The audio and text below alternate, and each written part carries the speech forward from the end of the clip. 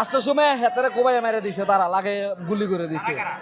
তারা ইমরান, এরপরে কে বাপ্পি, শ্যামল, সৈয়দ, আরো কে কে আসলে আমি আসলে বাধা দিছে, বাতে তারা লগে কোনো গ্যাঞ্জাম হয়েছে, এই কারণে মারছে।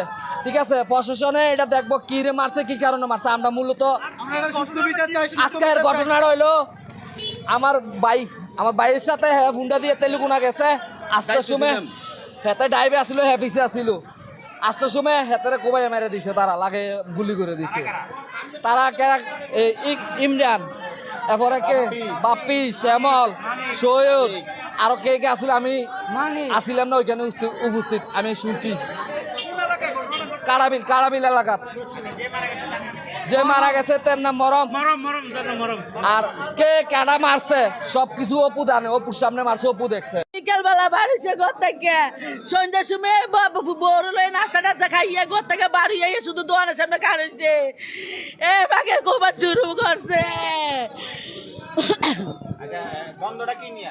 দণ্ড কি আমার হুতুর লগে কোনো দণ্ড নাই, আমার ফুলের বোতল লগে কোনো দণ্ড ছিল না, কোনো দণ্ড ছিল না।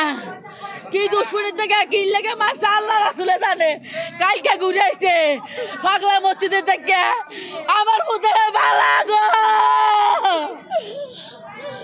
আরে কোনো সময় কোনো কেউ কোনো কিছু করছে না গো, কোনো সময় কোনো কেউ কিছু করছে না গো। ও আল্লাহ গো,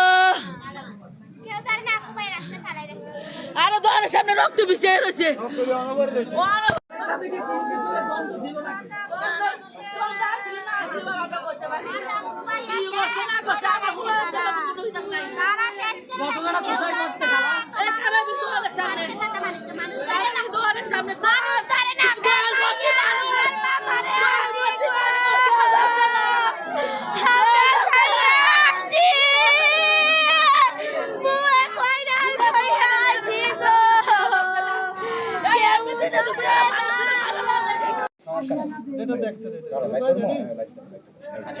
এই যে হত্যাকাণ্ড ঘটনাটি ঘটেছে, আপনারা ঘটনাস্থল পরিদর্শন করলেন, কি পেলেন, কি কারণে এই হত্যাকাণ্ড হতে পারে এই বিষয়টা একটু জানাবেন, এবং যিনি নিহত হয়েছেন তিনি কি করতেন?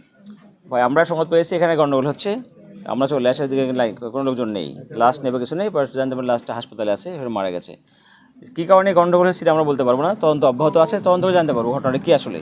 তবে যে মারা গেছে তার বিরুদ্ধে 18-19টা মামলা আছে, তদন্ত সাপেক্ষে বলা যাবে ঘটনা আসলে মার্ডারের ঘটনাটা কী আসলে, কী কারণে মার্ডারটা হয়েছে। এটা আমরা একটি অভিযোগ শুনছি যে মাদক ব্যবসার জের ধরে এই হত্যাকাণ্ড ঘটনা করেছে।